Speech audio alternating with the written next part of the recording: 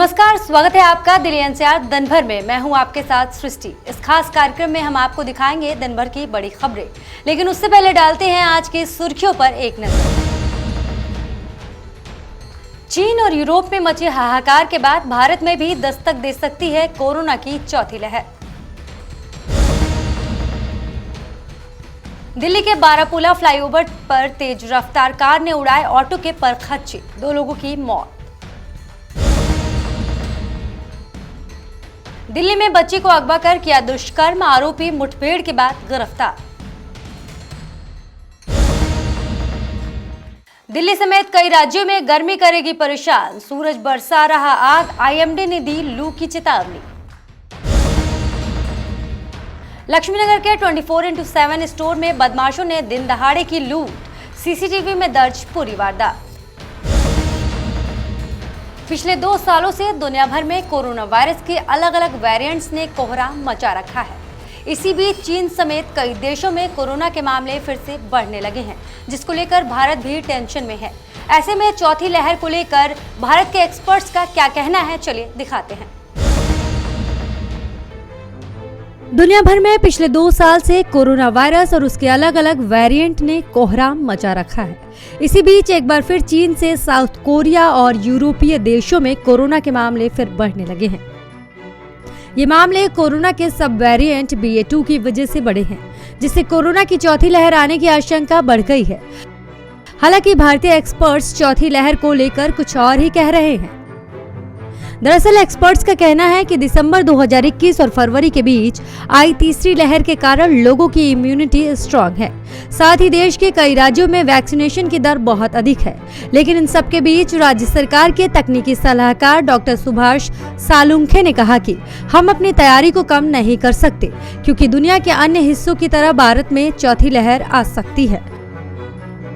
उन्होंने आगे कहा कि चौथी लहर के बारे में केवल एक चीज पता नहीं है, ये वास्तव में कब होगी और कितनी गंभीर होगी। बता दें कि कोरोना के ओमिक्रॉन वेरिएंट के 50 से अधिक म्यूटेशन हो चुके हैं। कोरोना ने उस समय खलबली मचा दी थी जब नवंबर 2021 में पहली बार दक्षिण अफ्रीका में इसका पता चला था।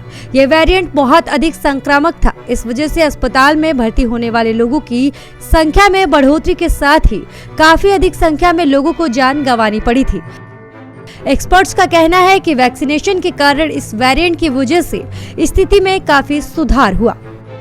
ब्यूरो रिपोर्ट, नवोदय टाइम्स, नई दिल्ली। दिल्ली के बारापुला फ्लाईओवर पर तेज रफ्तार कार ने ऑटो को टक्कर मार दी, जिसमें 2 लोगों की मौत हो गई, वहीं 5 लोग घायल बताए जा रहे हैं।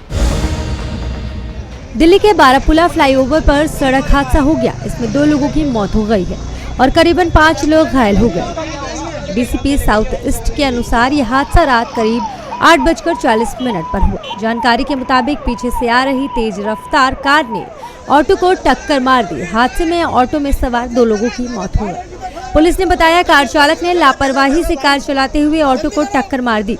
ऑटो में एक ड्राइवर और 4 यात्री सवार थे। ऑटो को टक्कर मारने के बाद अनियंत्रित होकर स्विफ्ट डिजायर से टकरा गई। वाहन चालक मौके से फरार हो गया। इस इंसिडेंट के बारे में क्या पता चला है आपको? मैम बच्चा डेड है, हाँ। लेडीज क्रिटिकल है, बाकी 3 मेल्स है जो इंजर्ड है, हाईली इंजर्ड। एक्सीडेंट किस गाड़ी की वजह से हुआ? ये आपके सामने नेक्सॉन, ओके। इस गाड़ी ने हिट किया है, पहले ऑटो में और देन अब सभी घायलों को ट्रॉमा सेंटर में भर्ती करा दिया गया, जहां 13 साल के एक लड़के को डॉक्टर ने मृत घोषित कर दिया। महिला गीता वेंटिलेटर पर है और अन्य घायलों का अस्पताल में इलाज चल रहा है। दिल्ली से नवोदय टाइम्स के लिए तरुण शर्मा की रिपोर्ट। बाहरी उत्तरी जिला पुलिस ने मुठभेड़ के बाद रोहिणी इलाके से दुष्कर्म आरोपी को गिरफ्तार किया। उसके कब्जे से 2 मोबाइल फोन, 1 पिस्टल और 2 खोखे बरामद किए गए। फिलहाल पुलिस आगे की छानबीन कर रही है। बाहरी उत्तरी जिला पुलिस ने 5 साल की बच्ची को अगवा कर दुष्कर्म करने वाले आरोपी को रोहिणी इलाके में मुठभेड़ के बाद गिरफ्तार किया है।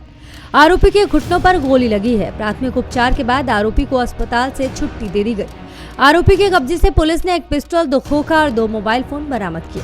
जिला पुलिस उपायुक्त विजेंद्र यादव ने बताया कि गिरफ्तार आरोपी की पहचान शाहबाद दौलतपुर निवासी मोहम्मद अख्तर के रूप में हुई है। वो कूड़ा बीनने का काम करने के साथ चोरी की वारदातों को अंजाम देता था। दिनांक 9 तारीख को शाहबाद थानागत क्षेत्र से एक बच्ची जिसकी उम्र 5 साल थी लापता हुई। अगले दिन सुबह लावारिस हालत में एक पड़ोसी को मिली जिसने इसे अपने घर पहुंचाया। बाद के मेडिकल एग्जामिनेशन के दौरान ये सामने आया कि सेक्सुअल असॉल्ट हुआ है। इस अत्यंत ही जघन्य अपराध के संज्ञान में आते ही इमीडिएटली स्पेशल टीम्स बना दी गई और मुजरिम की तलाश बड़े ही जोरों शोरों के साथ में चालू कर दी गई। अंततः ये मालूम हुआ कि मोहम्मद अख्तर नाम के व्यक्ति ने, जो उसी एरिया का रहने वाला है, उम्र 28 साल है, 2 शादी कर चुका है, वो उसमें इन्वॉल्व था और अपने पास में एक इलीगल असला भी रखता है। फर्दर कार्रवाई के दौरान जब इसे इंटरसेप्ट किया गया एक गुप्त सूचना के आधार पे, तो इसने पुलिस पार्टी पे फायरिंग करी, 2 राउंड फायर किए। रिटेलिएशन के अंदर पुलिस पार्टी को भी फायर करना पड़ा और इस कार्रवाई के अंदर एक गोली इसके घुटने नी के अंदर लगी, लेकिन इसकी हालत अब खतरे से बाहर है और इसे अस्पताल के अंदर रेफर कर दिया गया है। बता दें कि पुलिस को आरोपी के पास से 2 मोबाइल फोन मिले। आरोपी ने बताया कि दोनों फोन चोरी के हैं। उसने बच्ची को अगवा कर दुष्कर्म करने की बात स्वीकार ली। पुलिस आरोपी से पूछताछ कर पता लगाने की कोशिश कर रही है कि उसने पहले भी इस तरह की वारदात को अंजाम तो नहीं दिया। दिल्ली से न्यू द टाइम्स के लिए शहजादा हाशमी की रिपोर्ट।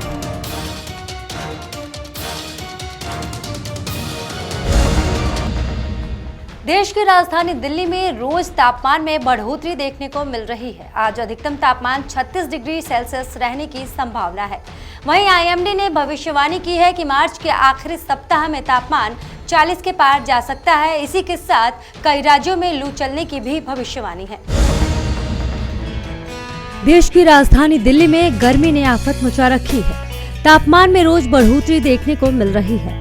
शनिवार को अधिकतम तापमान 36 डिग्री सेल्सियस रहने का अनुमान है।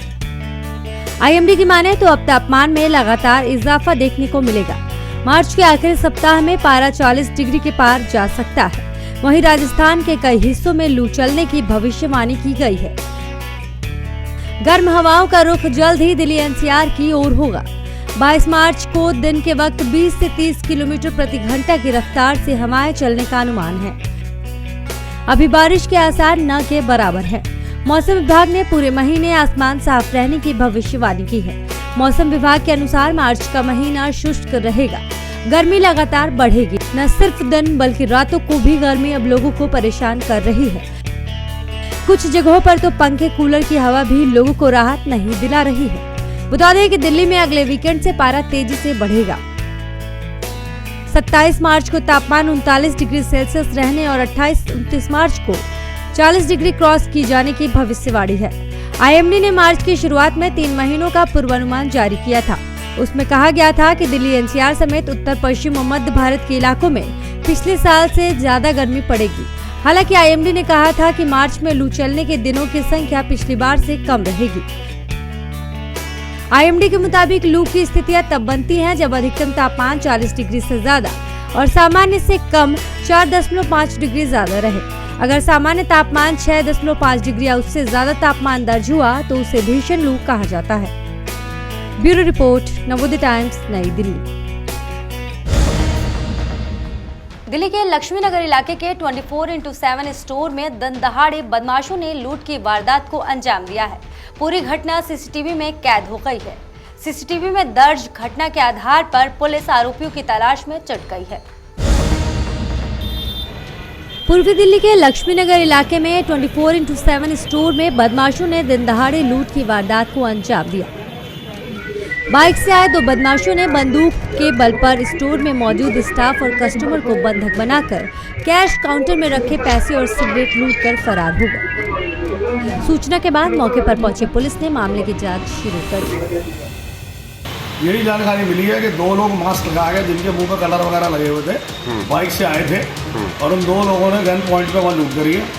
15-20 हज़ार रुपये कैश लूटा और सिगरेट की डिब्बियाँ वगैरह लूटी गई, जो जानकारी मिली। तो क्या कुछ नजर आया सीसीटीवी में, कुछ पता चल पाया इस बारे में? अभी तक कुछ नहीं पता चल पाया। अभी दिल्ली पुलिस इंक्वायरी कर रही है, क्राइम की टीम्स वगैरह लगी हुई है, पुलिस पूरी शिद्दत से ढूंढ रही है और पकड़े जाएंगे। ठीक।